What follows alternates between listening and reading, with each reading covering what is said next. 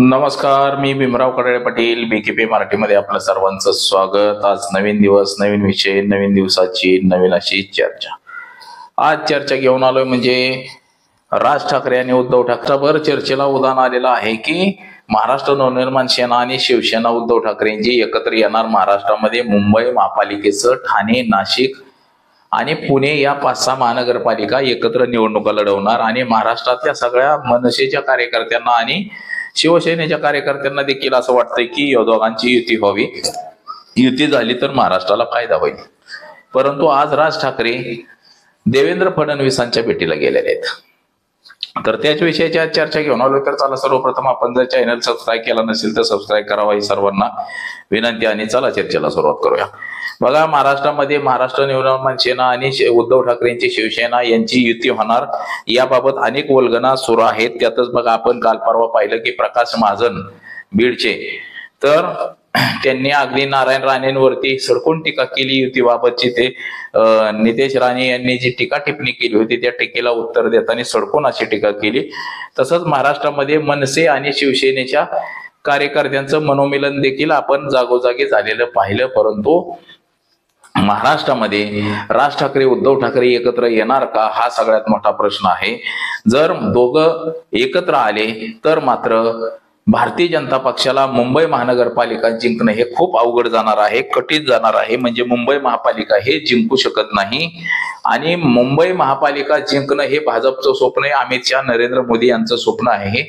मुंबई महापालिकेचे जवळपास 60 ते 70 हजार कोटींच्या ज्या ठेवी आहेत ह्या ठेवी मोडून टाकायच्या आहेत आणि मुंबई महापालिकेचा आम्ही विकास करणार आहे हे फक्त दाखवायचं आहे। मुंबई महापालिकेच्या ठेवी ठेवलेल्या आहेत, जागा बळकवलेल्या आहेत, ह्या सगळ्या विकून टाकायच्यात असं उद्धव ठाकरे यांनी टीका टिप्पणी केलेली आहे।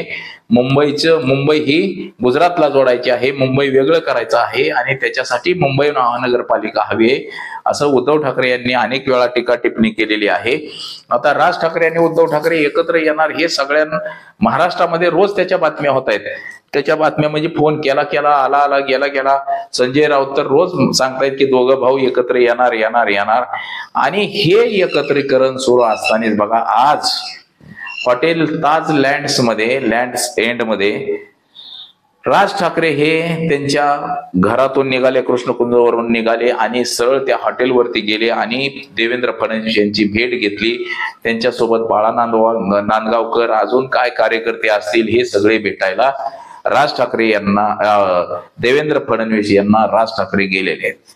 आता एवढे दिवस यांची दोघांची युती होणार असं सांगितलं जात होतं, युतीच्या चर्चा होत्या, युतीच्या सगळं काय वल्गना होत्या। परंतु अचानक राज ठाकरे आता हे देवेंद्र फडणवीसांच्या भेटीला गेले म्हणजे देवेंद्र फडणवीस आता काहीतरी सांगतील किंवा काहीतरी आमिष दाखवतील की बाबा तुम्हाला आम्ही राज्यसभा देऊ, विधानसभा एखादी देऊ, विधान परिषद देऊ, काहीतरी देऊ, पण तुम्ही युती करू नका।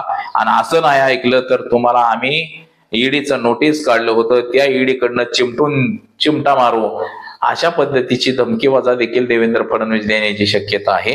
बघा, पाठीमागच्या काळामध्ये राज ठाकरे हे सातत्यानं देवेंद्र फडणवीस, अमित शहा यांच्यावरती टीका करत होते, परंतु एकच ईडीचं नोटीस राज ठाकरे यांना निघालं आणि राज ठाकरे यांनी सपशेल माघार घेतली आणि भारतीय जनता पक्षाच्या म्हणजे विरोधातली जी टीका टिप्पणी होती ही बंद केली आणि भारतीय जनता पक्षाच्या नरेंद्र मोदी, अमित शहा यांच्यावर टीका कसलीही केली नाही, हे आपण पाहिलेलं आहे।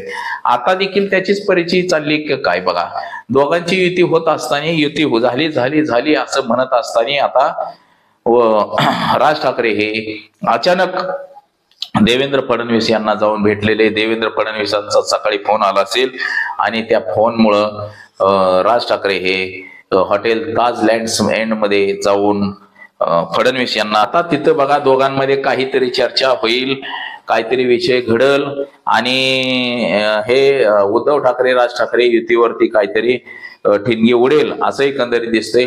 अनेकांनी देखील असं सांगितलं होतं की भारतीय जनता पक्ष हा राज ठाकरे आणि उद्धव ठाकरे यांना एकत्र येऊ देणार नाही। हे जर एकत्र आले तर मुंबई महापालिका, नाशिक महापालिका, ठाणे महापालिका, कल्याण, डोंबिवली आणि पुणे महापालिका जिंकणं अवघड होऊन जाईल।